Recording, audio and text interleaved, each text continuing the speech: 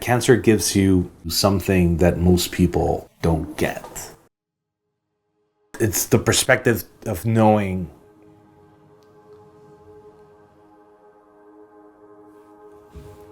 how much a moment is worth.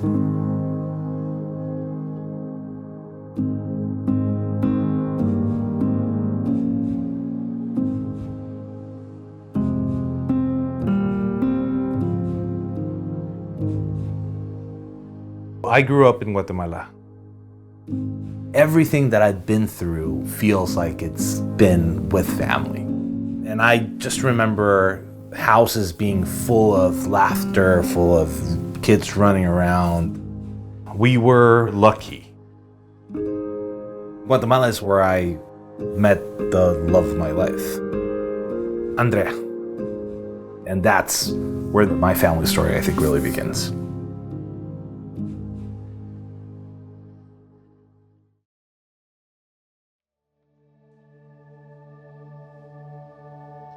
After I graduated and started working, we started thinking about family. We got the great news that Javi was on his way. At the end of that year, we went back home for the holidays.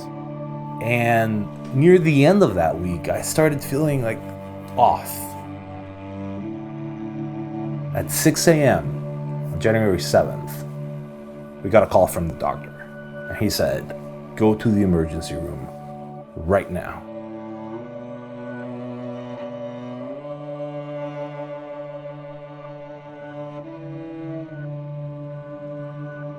We started chemo that day.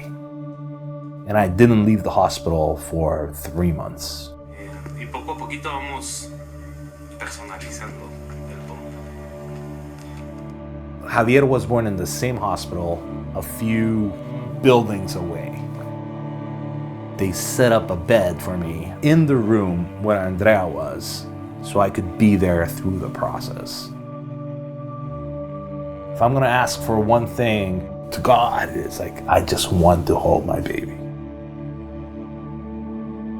I don't think cancer had anything to do with that moment.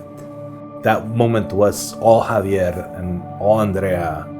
I don't think the IVs bothered me. I don't think I thought about cancer in that moment. All I wanted to do was hold that baby in my hands, and I did. When I heard him cry, when I held him, I remember this very, very happy moment. As my cancer experience faded 5 years out, I didn't know what I needed. I felt as time went by that I was losing that perspective that facing death can give you, that fighting cancer can give you. It started to feel like the whole year of cancer was a nightmare. Didn't even feel that real. As part of wanting to be connected, there was one thing that I was able to find. There was a young adults cancer group in my hospital. And I remember walking through the hall and seeing the First Descents booklet. Something that seemed accidental at the moment when I first met it is something that really has transformed my life. You treat cancer from different angles. My body needed chemo, my body needed what the doctors gave me to cure cancer. This idea that something else, not to cure your body, but to cure your soul, adventure, excitement, adrenaline, to be able to get out there and do something that really makes you feel alive. FD was the way to reconnect to the cancer journey in a positive way.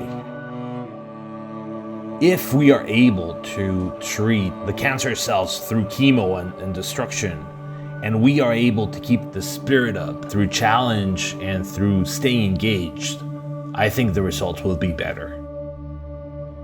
I think the journey will be better. If I had the knowledge of how transformative it was earlier, it would have been closer to the things that are important. At some point in the journey, My greatest fear was that I was not going to be able to hold my baby in my arms. 5 years out, I'm lucky enough on some days to come home and not only be able to hold one baby, but hold two in my arms. Knowing that cancer could have taken it away, knowing that anything can take your time away, helps me focus on wanting to enjoy the experiences. After that kayaking trip, I came back with hunger to outlive it. As a husband, as a father, as a friend, I'm present. I want to be able to give back what was given to me. It will change their lives.